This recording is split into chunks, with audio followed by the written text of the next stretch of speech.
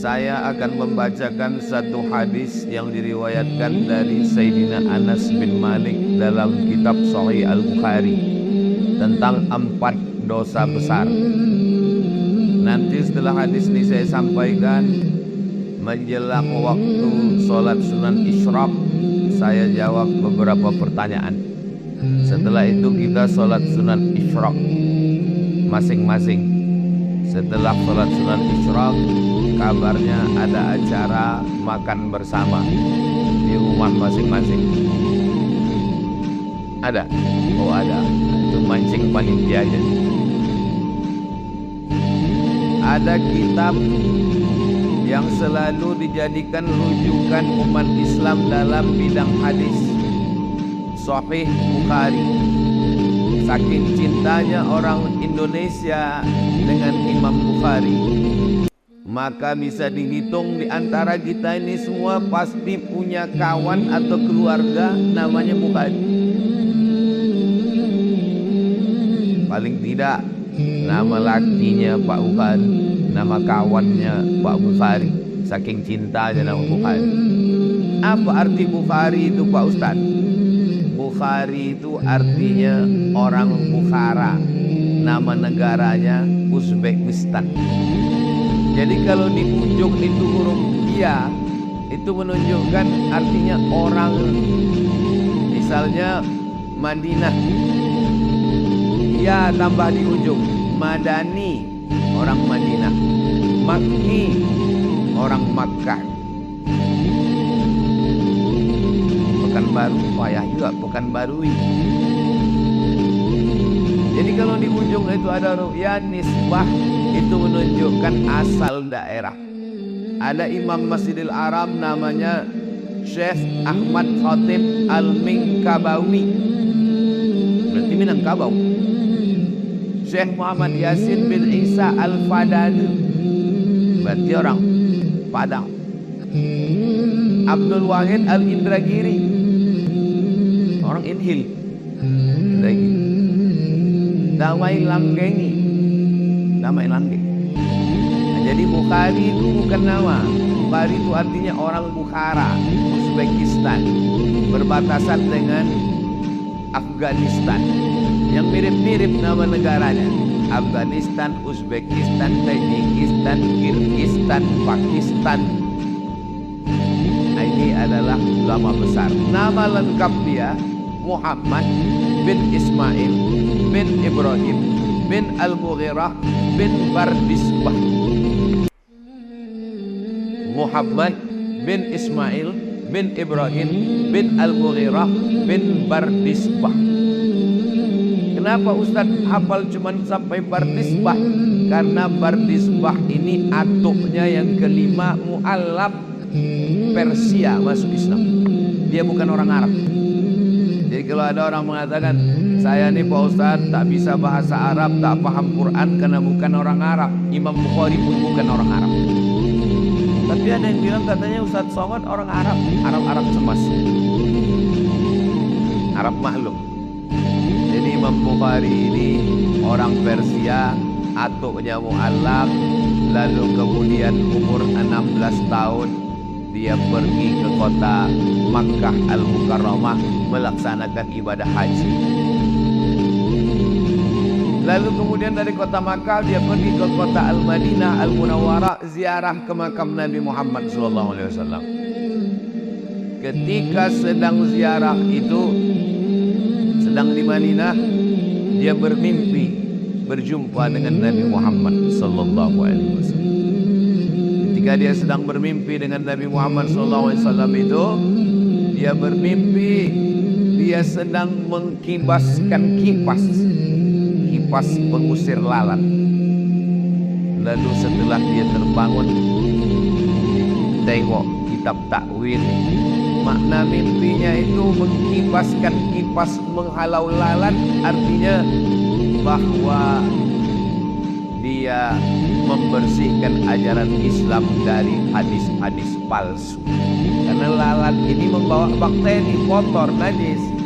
Maka mengkibaskan kipas menghalau lalat artinya menghilangkan hadis-hadis palsu dari ajaran Islam. dan memang akhirnya dia menulis kitab yang isinya sahih semua. Itulah dia dikenal dengan kitab Sahih Al-Bukhari. Kenapa disebut sahih? Karena isi dalam kitab Sahih Bukhari itu tidak ada hadis dhaif, tidak ada hadis palsu, semuanya hadis sahih. Memangnya ada hadis itu yang palsu Pak Ustaz? Ada. Kasih contoh hadis palsu. Al-Bazinjan Syifa'un min kulli da'. Terong obat dari segala macam penyakit. Itu hadis palsu. Siapa yang membuat? Tukang jual terong. Jual terong bulat. Tapi tidak semua hadis tentang makanan itu palsu. Habbatus sauda syifa'un min kulli da'. Habbah sauda, biji-biji hitam, sekarang sudah banyak dijual dalam bentuk minyak, dalam bentuk kapsul. Obat dari segala macam penyakit. Itu hadis sahih. Alaikum bisyifa'aini, hendaklah kamu berobat dengan dua obat penyembuh. Al-asal, madu. Hadis tentang madu ada yang sahih, ada yang dhaif, tapi tidak palsu. Jadi tentang hadis sahih, palsu, dhaif, itu kita mesti serahkan kepada para ulama. Yang paling mudah, kalau beli kitab hadis, tengok di bawah statusnya, hadis sahih. Berapa status hadis? 4. Yang paling tinggi sahih, di bawah sahih hasan, di bawah hasan dhaif, di bawah dhaif maudhu'. Contoh hadis dhaif, Allahumma barik lana fima razaqtana wa qina azabannar. Dhaif.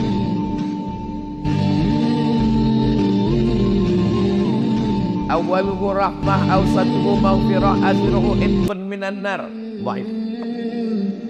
Utlubil ilma walau bisin, tuntutlah ilmu walau ke negeri Cina. Dhaif. Masalah rupanya hadis dhaif ini. Kata Imam Nawawi, ajma'al ulama'u ala jawazil amali bil hadis dhaif. Ulama sepakat boleh mengamalkan hadis dhaif. Mana tahu nanti ibu bapak sedang makan, Allahumma barik lana fima razaqtana wa qina azabannar. Datang orang sebelah, itu hadis dhaif. Emang masalah buat lo? Hadis dhaif tidak masalah, tak apa-apa diamalkan dengan syarat 5. Pertama, bukan dalam masalah akidah. Dalam masalah akidah tak boleh hadis dhaif. Kedua, bukan masalah hukum fikih halal haram. Masalah halal haram tak boleh hadis dhaif. Ketiga, tidak ada riwayatnya yang kazab, pendusta, penipu, pembohong. Keempat, masih bernaung di bawah hadis sahih. Kelima, untuk fadail amal, motivasi beramal, boleh beramal dengan hadis dhaif. Likulli syai'in qalbun, segala sesuatu punya hati. Wa qalbul Qur'an Yasin, hatinya Al-Quran adalah Yasin. Iqra'uha ala mautakum, bacakan surat Yasin pada orang mati. Hadis dhaif boleh diamalkan karena bukan masalah akidah, bukan masalah hukum halal haram. Tidak ada periwayatnya yang kazab, pendusta, penipu, pembohong, masih bernaung di bawah hadis sahih. Dan dia untuk fadail amal, motivasi beramal. Ini dikaji di pondok-pondok pesantren.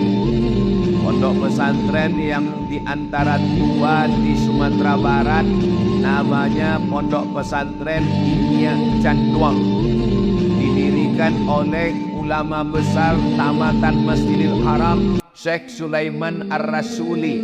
Syekh Sulaiman Ar-Rasuli Inya Canduang bersama dengan Inya Jaho membuat organisasi namanya PERTI, Persatuan Tarbiyah Islamiyah.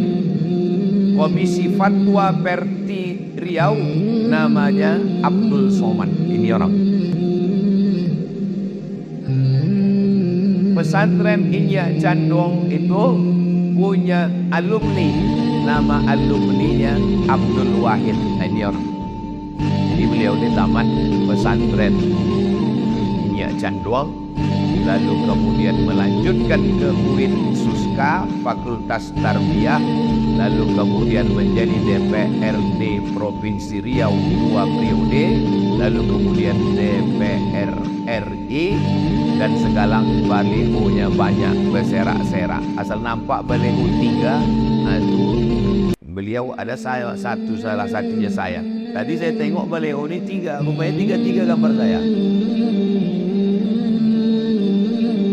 Adapun hadis yang mau kita kaji ini bunyi hadisnya, su'ilan Nabiyu sallallahu alaihi wasallam anil kabair, an akbaril kabair. Nabi ditanya tentang dosa apa yang paling besar. Ada dosa besar, ada dosa kecil, ada dosa besar, ada dosa terbesar di antara dosa besar. Dalam hadis ini ada 4 dosa paling besar di antara dosa besar. Yang pertama kata Nabi, al-isyraku billah, syirik, mempersekutukan Allah. Siapa yang mempersekutukan Allah ini? Makanya nama perbuatannya syirik, orangnya namanya musyrik. Kata mereka Tuhan itu ada jantan ada betina. Tuhan yang jantan namanya Allah, Tuhan yang betina namanya Lata. Ada Lata, ada Uzza, ada Manat, ada Hubal, ada Jibti, ada Tawun, ada Naham. Tuhan jantan namanya Lata, Tuhan betina namanya, Tuhan jantan namanya Aziz, Tuhan betina namanya Uzza. Tuhan jantan namanya Manan, Tuhan betina namanya Manan. Tuhan jantan namanya Allah, Tuhan betina namanya Lata. Nikah Tuhan jantan sama Tuhan betina tadi, lahirlah anak-anak Tuhan. Anak Tuhan itu malaikat-malaikat, banatullah, anak Tuhan. Jadi tentang cerita Tuhan punya bini dan punya anak, itu kerja orang musyrik. Dari mana pemikiran Tuhan berbini beranak ini? Ini datang dari budaya Yunani kuno. Ada Tuhan jantan namanya Zeus, yang sekarang sudah masuk dalam game online dan judi online. Zeus ini punya bini Tuhan. Lalu lahirlah anaknya laki-laki, turun dari langit ke bumi. Nama anaknya itu Hercules, anak Zeus. Bini Zeus mati, kemudian Zeus berbini lagi. Bininya yang kedua ini jahat, kejam, memusuhi Hercules. Itulah setan. Jadi kalau ada bini jahat berarti tak ada, saya bilang begitu. Jadi mitologi namanya. Ketika datang Nabi Muhammad SAW, ajarannya yang pertama adalah jangan syirik. Makanya kalau orang mau masuk Islam, dia mesti bisa mengesampingkan ini semua. Ajaran pertama dalam Islam, la ilaha. Kau jangan menyembah pokok kayu. Menyembah pokok kayu itu syirik, karena menduakan Allah. Kita diajarkan 17 kali sehari semalam, iyyaka na'budu wa iyyaka nasta'in. Jadi sekarang banyak orang iyyaka na'budu wa duku nasta'in. Kenapa berdukun itu syirik? Karena dukun-dukun berkawan sama setan. Dukun mintanya ke setan. Saya tak percaya Pak Ustaz dukun itu mintanya ke setan. Buka Quran juz 29. Ada satu surat namanya surat Al-Jin. Kenapa surat Al-Jin? Bapak dengarkan aja pengajian. Ya, baik. Karena pengajian subuh ini sudah direkam. Kenapa surat Al-Jin? Karena memang makhluk jin itu ada. Siapa yang tak percaya kepada jin, berarti dia tidak percaya kepada surat Al-Jin. Kalau tak percaya kepada surat Al-Jin, berarti tak percaya kepada Quran. Jadi kalau ada orang kata, kau jangan percaya kepada jin, memang ada dalam Quran. Yang tidak boleh itu adalah percaya bahwa jin bisa menguasai kita. Itu yang tak boleh. Karena yang berkuasa hanya Allah. La haula wa la quwwata illa billah. Makanya sebelum tidur malam dibaca Al-Fatihah sekali, Qul huwallahu 3 kali, Al-Falaq sekali, An-Nas sekali, ayat kursi sekali, dihembuskan ke tapak tangan, disapukan ke muka, ke kepala, ke badan. Dibacakan Fatihah sekali, Qul huwallahu 3 kali, Al-Falaq sekali, An-Nas sekali, ayat kursi sekali, dihembuskan ke air, diminumkan, dimandikan. Air yang sudah dibacakan ayat-ayat tak boleh dipakai cebo, diminum habis. Takut saya terkencing-kencing Pak Ustaz, siramkan ke pokok bunga. Kalau terganggu yang anak gadis, yang cantik-cantik, jangan sombong, karena tak semua laki-laki itu bisa menerima kenyataan. Nanti sakit hati dia, diganggunya pinggir jalan.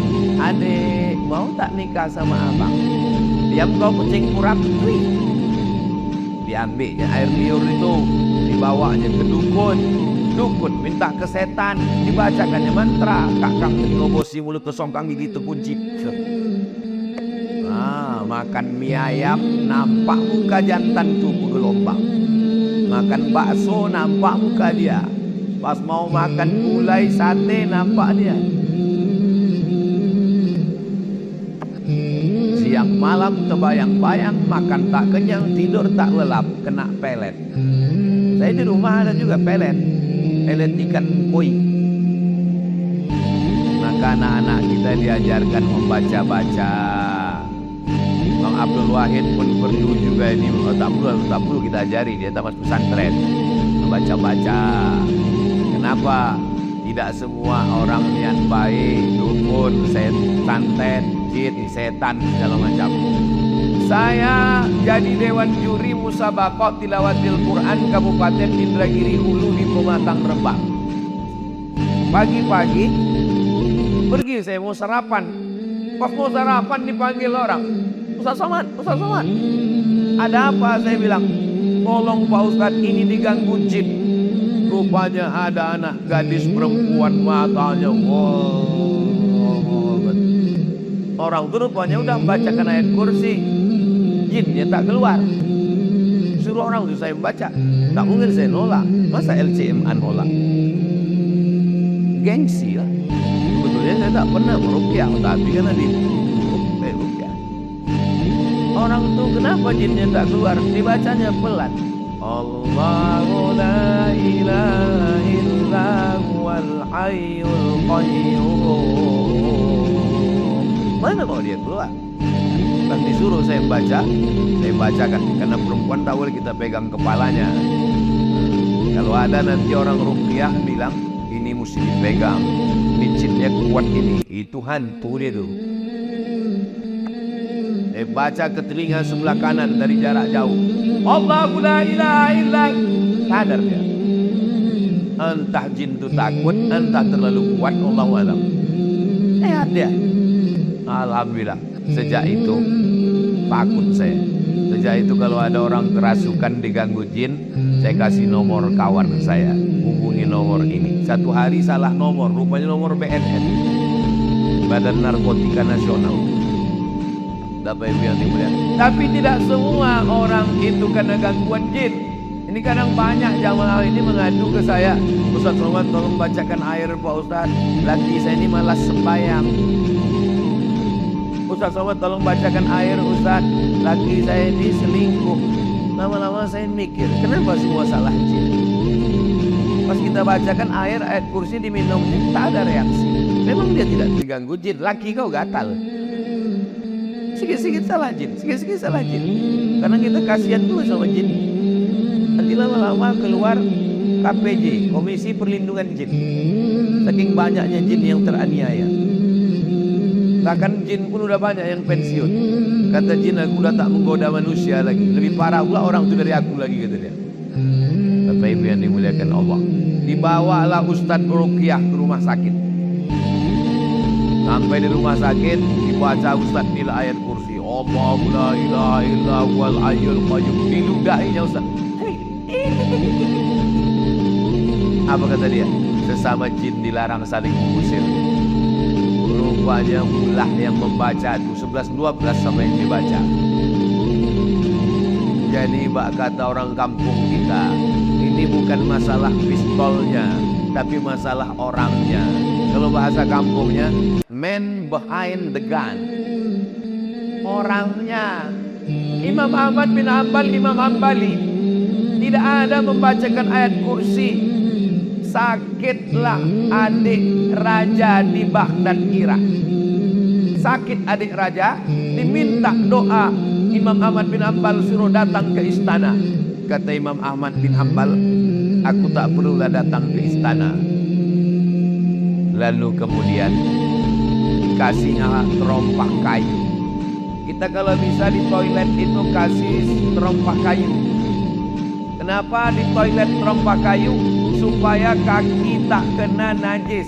Karena setan masuk dari was-was akibat kaki kena najis bekas percik kencing. Waktu sedang sembahyang tuh, batal tak batal? Batal tak batal? Batal tak batal? Maka pakai terompah kayu. Imam Ahmad bin Hanbal mengasih terompah kayunya. Bawakan terompah kayuku ini, letakkan di dekat adik sultan yang sakit tuh.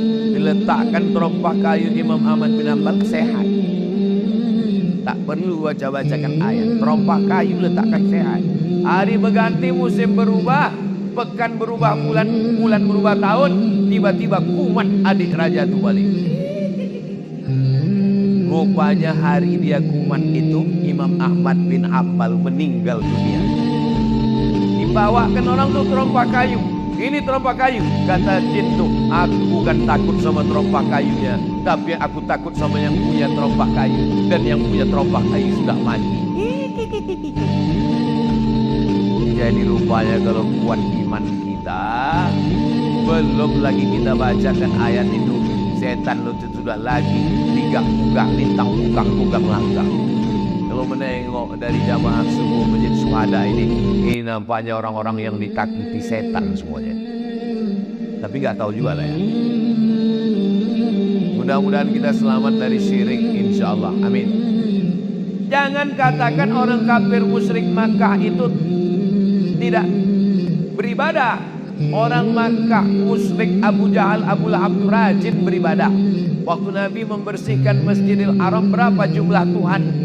360 Tuhan dalam bentuk patung berhala, perak, emas, perunggu, besi, kayu. Bahkan ada patung Tuhan itu yang terbuat dari tepung gandum. Tepung gandum dicampur minyak samin, minyak sapi, diadon, dibuat gambar Tuhan besar, disembah mereka. Pas perutnya lapar, dicuilnya Tuhan. Mohon maaf Tuhan, lapar dan perut. Itu maka mereka disebut dengan jahil. Kenapa jahil? Karena tidak mengenal Tuhan. Maka dalam tauhid dikenal awwaluddin ma'rifatullah. Perkara pertama dalam Islam adalah mengenal Allah. Wujud tidak baqa mukhalafatu lil hawadisi qiyamuhu binafsihi wahdaniyah qudrat iradat. Tapi dakwah pengajian ke kampung-kampung tak sampai. Jangankan ke kampung, ke Palas aja tak sampai. Mohon maaf Ustaz Somad, tolonglah kirim Ustaz-Ustaz ke Palas nih Pak Ustaz. Tak sampai Ustaz Hikmi, Ustaz MTI dari Pekanbaru Pak Ustaz. Gas motor tuh cuma sampai di jembatan Leton. Asal sampai Leton mati mesin. Itulah maka Ustaz Al-Nobdinar membuka pesantren di Palas. Alhamdulillah anak-anak tahfiz Quran itu yang jadi imam. Saya tak sanggup berdakwah masuk kampung ke kampung. Yang kami masuk cuma Bagan Benio, Talang Mama, Talang Perigi, Talang Jerinjing. Itu yang kami cuma sanggup masuk. Yang bisa mengirim dai-dai ke pedalaman Riau ini adalah gubernur. Kalau terpilihlah gubernur yang peduli pesantren, tamat pesantren, peduli dakwah, dikirimnya lah dai-dai ke pedalaman, insya Allah. Mudah-mudahan terpilihlah orang yang peduli kepada dakwah, insya Allah. Amin. Tapi kami bingung Pak Ustaz, banyak kali baliho-baliho sekarang. Kalau tuan sholat Jumat jangan lupa bawa kain. Kalau udah ada yang ada gambar Ustaz Somad, jangan lagi ke yang lain. Jelas. Kalau tuan pergi ke Palas, jangan lupa membawa kawan. Kalau ada yang bilang tak jelas, memang dia belum sarapan. Yang kedua, apa itu dosa besar? Uququl walidain, durhaka kepada orang tua. Tahu Bapak Maradona? Maradona ditanya, siapalah orang yang paling kau idolakan Maradona? Kata Maradona, ayahku melepuh keringatnya mencari makan untuk aku. Lalu kemudian dia balik ke rumah. Ayah Maradona itu kuli. Balik dia ke rumah, dia bilang, kami tanya, ayah dari mana? Aku dari jalan-jalan tadi, kata dia. Karena dia ingin menyenangkan hati kami. Dibelikannya aku bola. Dialah yang pertama kali membelikan aku bola, menyuruh aku ke lapangan bola. Tak layak aku membanggakan orang lain, sementara ayahku yang sudah berpeluh keringat darah air mata membelikan bola untuk aku. Jadi Maradona itu mungkin akidahnya tak sama dengan kita, tapi pasal kepada orang tua, dia termasuk orang yang berbakti kepada orang tua. Saya tidak mengajak Bapak Ibu suka sama Maradona, tak sukanya tak apa-apa. Kita bebas, kita demokrasi kok. Tapi jangan caci maki, sumpah serapah, ejek mengejek, bully membuli. Begitu juga dalam hal masalah pilkada ini. Jangan, beda biasa. Tapi jangan caci maki, sumpah serapah. Kalaupun ngejek, hati-hati juga. Ini survei kan udah 35%. Susah mengejarnya. Kalaupun ngejek, ya sekedarnya aja lah. Susah nanti memperbaiki hubungan kita. Saudaraku yang dimuliakan Allah Subhanahu wa Ta'ala. Jadi masalah orang tua, mudah-mudahan anak-anak kita ini semua anak-anak yang berbakti kepada orang tua, insyaallah. Amin. Yang ketiga, yang dosa terbesar itu adalah qatlun nafsi, membunuh, benci, sakit hati sama orang, sewa preman, tabrak, mati, kecelakaan, padahal membunuh. Sakit hati sama orang, pergi ke dukun, santet, dibunuh pakai jin. Jin bisa membunuh. Sahabat Nabi ada yang meninggal dibunuh jin, namanya Sa'ad bin Ubadah, dibunuh jin di dalam toilet. Memang udah sampai ajalnya, mati syahid. Kita sebelum masuk ke toilet, Allahumma inni a'udzubika minal khubuthi wal khaba'ith. Begitu kita bacakan Allahumma inni a'udzubika, maka langsung badan kita itu dipasang Allah penutup, sehingga jin setan yang ada di toilet itu tak bisa menengok kita. Saya pergi ke stasiun kereta api Pring Sewu. Bahasa Jawa Sewu itu artinya apa? Simu. Sewu, simu. Pring Sewu, stasiun kereta api 1000 kamar yang ada di Semarang. Sampai di atas, kereta api ini punya Belanda. Sampai di atas saya ditunjukkan sama guide-nya, Ustaz Somad, ini ruangan jenderal Belanda. Toiletnya di luar. Jadi rupanya Belanda itu dulu tahu toilet itu tempat setan, dibuatnya jauh-jauh. Itu beda orang dulu sama orang sekarang. Orang dulu makannya di rumah, buang air besarnya di luar. Orang sekarang makannya di luar, buang air besarnya di kamar. Ustaz Somad ini ngomong gitu macam toilet dia tidak di rumah aja. Toilet saya di rumah, tapi ada dindingnya, ada pintunya. Tutup, mau tidur malam ditutup. Baca doa, mau masuk ke dalam Allahumma inni a'udzubika minal khubuthi wal khaba'is, dipasang Allah semacam protek pelindung, tertutup badan kita ini semua. Jadi orang yang tak baca doa Allahumma inni a'udzubika minal khubuthi wal khaba'is, masuk ke toilet, ditengok jin, ditengok hantu, ditengok setan. Syukur-syukur setan itu kalau cuma nengok. Kalau dia streaming, hidup aja kamera, ditonton semua sama kawan-kawannya. Masa setan itu canggih juga punya handphone macam kita Pak Ustaz? Baca buku Isa Daud dari Mesir, judulnya Al-Hiwar Ma'ajinnil Muslim. Teknologi jin lebih canggih daripada teknologi zaman kita sekarang. Mana buktinya? Jin Ifrit sanggup memindahkan kursi Balqis dari Yaman ke Palestina sebelum Nabi Sulaiman berdiri. Kata Nabi Sulaiman, ayyukum ya'tini bi'arsyiha qabla an ya'tuni. Siapa yang sanggup membawa kursi Balqis dari Yaman ke Palestina 3000 km sebelum Ratu Bilqis sampai? Apa kata Jin Ifrit? Ana atika bi qabla an taquma min maqami. Aku bisa memindahkan kursi Balqis dari Yaman ke Palestina sebelum kau tegak dari tempat duduk. Tegak dari tempat duduk itu berapa detik? 5 detik. Kalau tak kena osteoporosis. Cobalah tegak. 1, 2, 3, 4, 5. Pindah kursi Balqis. Ada sekarang orang yang bisa memindahkan ini 5 detik ke Palestina? Tak ada. Kalau ada, kita minta jasa dia memindahkan supaya Benyamin Netanyahu itu pindah ke damai langit. Sampai sini baru kita mulai dia. Asam pode. Uquful walidain, durhaka pada orang tua yang keempat. Pertama, syirik. Kedua, durhaka orang tua. Yang ketiga, membunuh. Yang keempat, syahadatus zur, kesaksian palsu. Jangan bersaksi palsu. Saya nggak pernah bersaksi palsu, Pak Ustaz.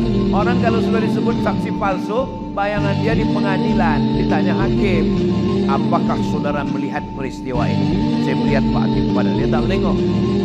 Jangan lupa, kita bersaksi palsu ini bukan di pengadilan. Bersaksi palsu di mana? Di masjid. Di masjid kita bersaksi palsu. Berdirilah keluarga ahli waris. Apakah jenazah ini baik? Baik. Kau sudah memberikan kesaksian palsu. Bukan kau kenal siapa dia. Tak koruptornya dia. Tak makan haramnya dia.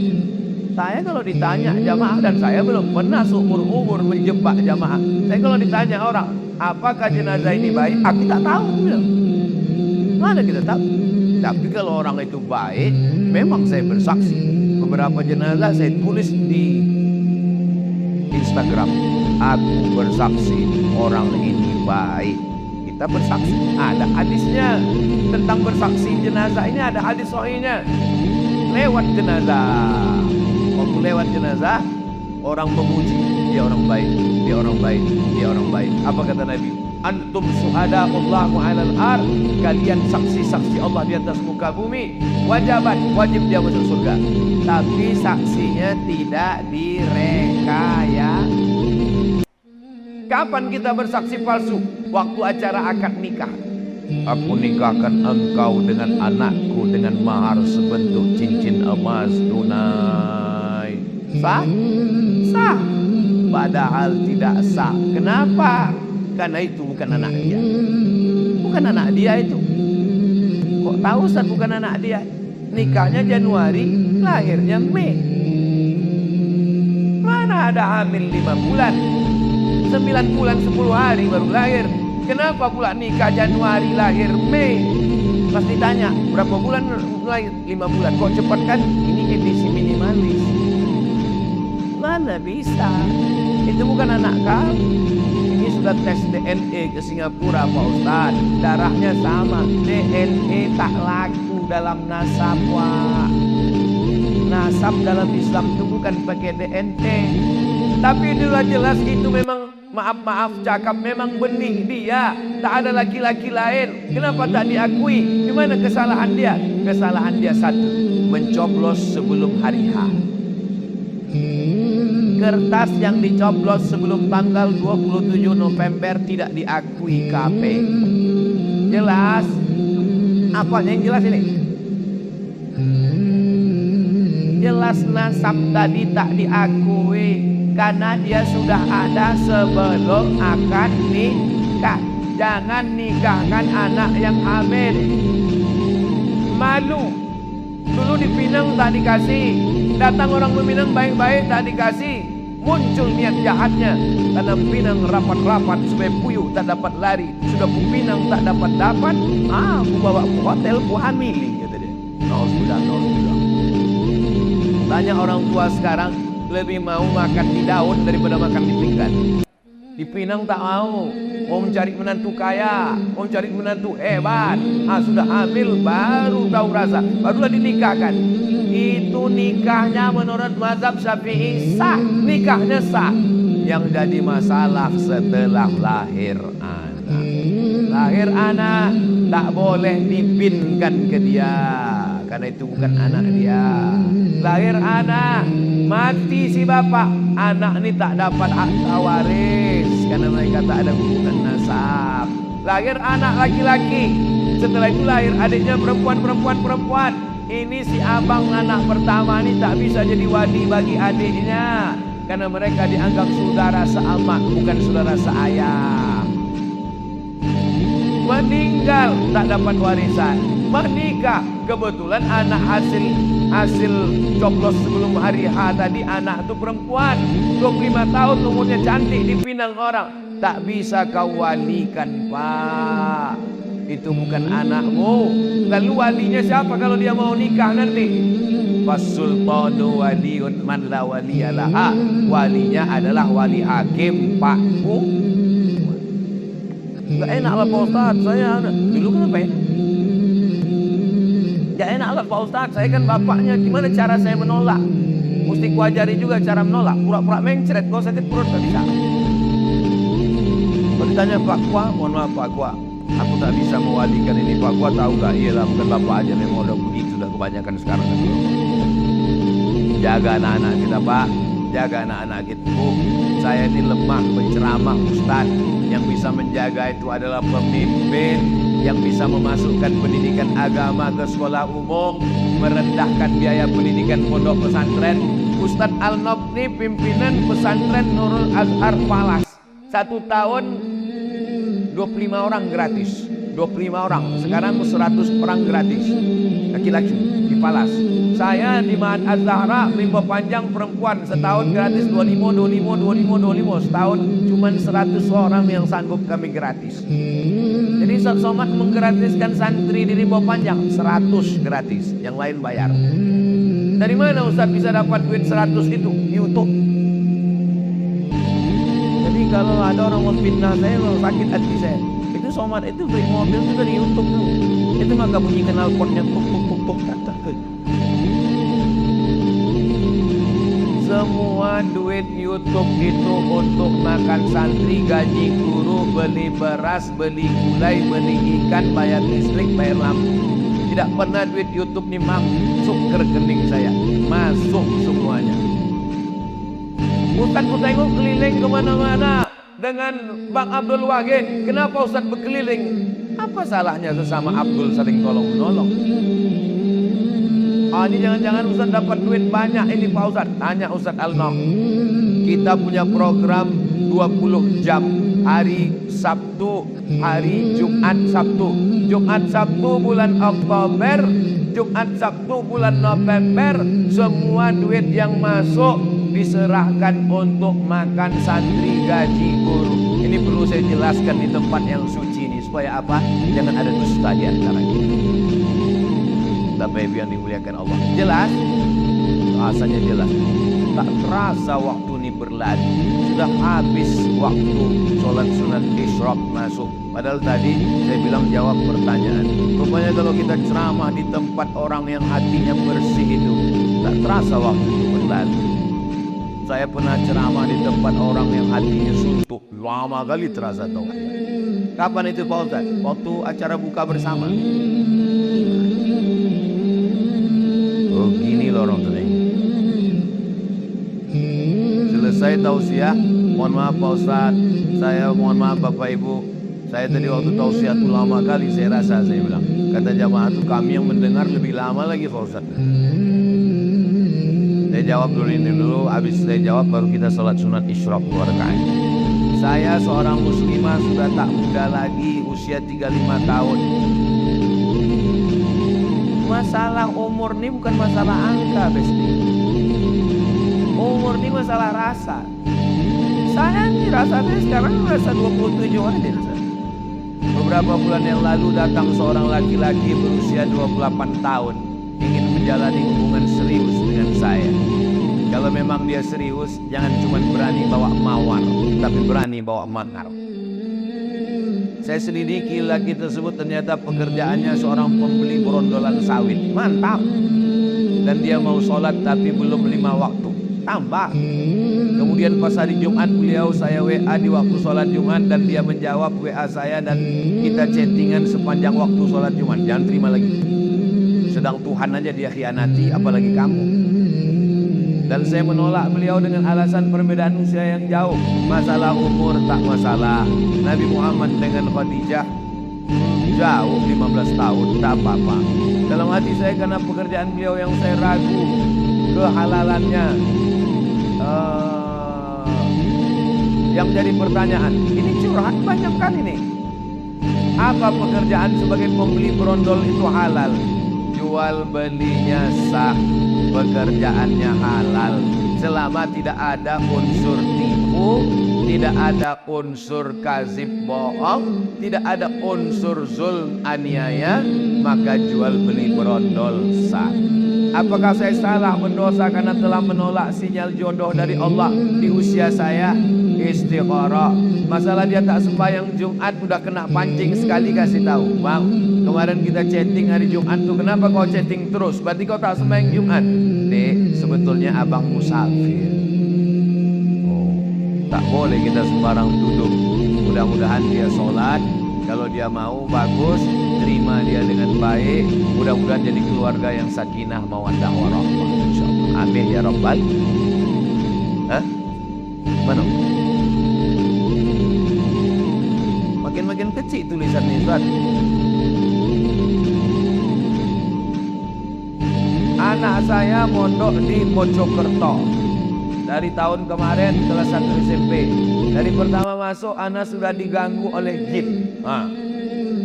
Anak saya tetap bertahan, dan selalu beberapa bulan kuku anak saya dicabut satu persatu oleh jin ini. Anak saya sering pulang hampir 1 tahun begitu terus, Ustazah. Anak saya suruh pindah pondok, tidak. Saya mau bingung, akhirnya kenalkan kelas 2 SMP. Loh, kok ini dicabut lagi kukunya? Oh, berarti ini jin PKI ini, tukang cabut kuku. Kalau suka mencabut alis mata, itu jin perempuan. Kan suka mencabut alis. Setiap saya carikan tombol ke ustadz jawabannya yang selalu menakutkan. Saya kasih nomor Ustadz Faizar, spesialis jin. Nanti minta ke Ustadz Alnom ya. Saya tak berani nge-share nomor dia, nanti terganggu dia. Nanti saya kasih ke nomor Ustadz Alnom, Ustadz Faizar. Saya buat biar tak susah mencari nama Ustadz Faizar ini. Saya buat di sini Ustadz Jin. Ustadz Jin. Ustadz Jin. Kasih ke ibu nih nama Ustadz Faizar Jin. Ada lagi pertanyaan tadi? Udah, catat nomor. Nanti kirim ke ibu tuh nomor Ustadz Faizar. Bolehkah berhajat ingin rumah cepat terjual ditebus dengan puasa? Oh, jadi kalau rumah terjual puasa, kalau tak laku-laku tak puasa-puasa. Itu namanya nazar. Nazar itu membuat amalan sunat menjadi wajib. Nazar namanya. Aku bernazar, nanti kalau begini-begini aku akan, kalau lulus anakku ini PNS aku akan berkurban. Kalau tak lulus aku tak berkurban sampai mati. Itu merajuk namanya. Hukum asal nazar itu boleh, tapi kata Nabi nazar itu untuk orang yang pelit. Pelit dia tak mau bersedekah, maka diikatnya dengan nazar. Tapi hukum asal nazar hukumnya boleh, mubah. Tolong kalau sebelum bernazar itu diingat baik-baik. Khawatirnya waktu bernazar berjanji-janji sesudah selesai tak ditunaikan. Ada orang begitu. Pak Ustadz, saya kemarin bernazar. Apa nazarmu? Saya puasa Senin Kamis sampai mati. Mati lah kau. Dia tak tahan. Jadi sebelum bernazar tuh pikir-pikir baik-baik. Saya anjurkan kalau nazar bagusnya nazar sodakoh saja. Karena kalau puasa Nabi Daud bernazar pula puasa Nabi Daud sampai mati. Belum mati kita duluan. Kita sibuk. Jadi sebelum bernazar itu pikirkan baik. Kalau nazar sodakoh, ini bagus. Ada lagi pertanyaan Ustaz Al-Nur? Apakah cerita Sa'ban dan Sa'labah itu termasuk hadis palsu Pak Ustaz? Hadis palsu. Usah diriwayatkan lagi. Usah disebar-sebarkan lagi. Man kadzdzaba alayya muta'ammidan, siapa yang berdusta kepadaku secara sengaja, falyatabawa maq'adahu minan nar, siapkanlah tempat duduk dari api neraka. Jadi kalau ada penceramah meriwayatkan hadis palsu satu hari sekali, sebulan booking 30 kursi di neraka jahanam. Hati-hati meriwayatkan hadis. Kalau tak betul-betul sahih, tanyakan kepada ahlinya. Mudah-mudahan kita selamat dunia akhirat insyaallah. Ini ada pertanyaan. Mana tadi pertanyaan Ustaz Al-Nur tadi mengirimkannya? Saya mengalami maaf cakap keputihan terus menerus. Sebelum sholat saya bersihkan, dan ketika sholat keluar. Bagaimana Pak Ustaz? Laki-laki bisa mengalami namanya sulusul baul, baul kencing, sulusul rantai, sulusul baul kencing berantai, menetes tak putus-putus. Perempuan bisa mengalami dua. Pertama istihadah, darah tak putus-putus. Yang kedua cairan tak putus-putus. Maka cara mengatasinya bagaimana? Dibersihkan sebelum masuk waktu sholat. Pergi ke toilet, bersihkan. Sesudah itu pakai pembalut. Setelah dipakai, berwuduknya setelah masuk waktu. Jadi kalau zuhur jam 12.15, jangan berwuduk sebelum azan, sebelum masuk waktu. Begitu mendengar suara azan, Allahu Akbar, Allahu Akbar, masuk ke toilet, bersihkan, pasang pembalut. Maka yang menetes setelah wuduk tadi ma'fu anhu, termaafkan. Bisa terjadi tiga.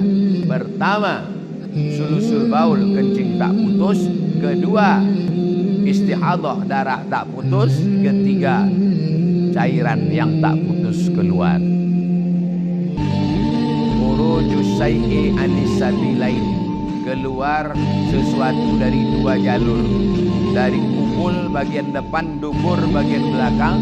Kalau keluar dia batal wudhu. Kalau batal wudhu, batal sholat. Tapi ada keringanan. Kalau dia menjadi penyakit, berobat, membusuk. Kalau tak juga sembuh, maka dia menjadi ma'fu anhu, termaafkan. La yukallifullahu nafsan illa wus'aha. Itulah kaji kita subuh ini. Mudah-mudahan berkah. Kita sholat sunat isyraq. Habis itu nanti kita tak tahulah tahap kata panitia. Habis itu kami nanti akan lanjut ke Pasar Pagi, lanjut ke dialog. Habis itu kami ke Rokan Hulu, ke Pasir Pangarayan, ke Ujung Batu. Jadi Ustaz Somad ini keliling-keliling terus nih sampai kapan? Sampai tetes darah penghabisan. Tanggal 27 November hari Rabu jam 12 siang tutup TPS, barulah selesai. Ala hazihi niyah al-Fatihah. A'udzubillahi minasyaitonir rajim. Bismillahirrahmanirrahim. Alhamdulillahi rabbil alamin. Arrahmanir rahim. Maliki yaumiddin. Iyyaka na'budu wa iyyaka nasta'in. Ihdinas siratal mustaqim. Siratal ladzina an'amta 'alaihim ghairil maghdubi 'alaihim waladdallin. Amin. Allahumma shalli ala sayyidina Muhammad wa ala ali sayyidina Muhammad. Assalamu alayka ya Rasulullah. La tada' lana dzamban illa ghafarta. Pulang kami dari Masjid Syuhada ini bersih dari dosa-dosa. Wala dainan illa qadaita. Tolong kami lepas dari hutang piutang riba. Wala maridan illa syafaita. Yang sakit-sakit angkat penyakitnya. Wala mayitan illa rahimta. Yang meninggal dunia ampunkan dosanya. Wala aziban illa zawajata. Yang belum menikah jumpakan dengan jodohnya. Wala raghiban illa anjabata. Berikan keturunan soleh solihah, anak menghafal Quran. Ya qadiyal hajat, engkau menunaikan hajat. Iqdi hajatina, tunaikan segala hajat kami. Allahumma arzuqna imaman adila, berikan dari Engkau pemimpin yang adil dan amanah, pemimpin yang takut kepada Engkau ya Allah, pemimpin yang peduli kepada anak yatim, fakir miskin ya Allah. Rabbana taqabbal minna innaka antas samiul alim wa tub alaina innaka antat tawwabur rahim. Rabbana atina fid dunya hasanah wa fil akhirati hasanah wa qina azabannar. Sallallahu ala sayyidina Muhammad wa ala alihi wa sahbihi wa sallam walhamdulillahi rabbil alamin. Taqabbalallahu minkum inna wa minkum taqabbal ya karim. Salat sunat Isyraq 2 rakaat. Habis itu baru kita bersalam-salaman. Usolli sunatal Isyraq raka'ataini lillahi ta'ala. Terima kasih segala perhatian. Mohon maaf segala kesilapan. Wassalamualaikum warahmatullahi wabarakatuh.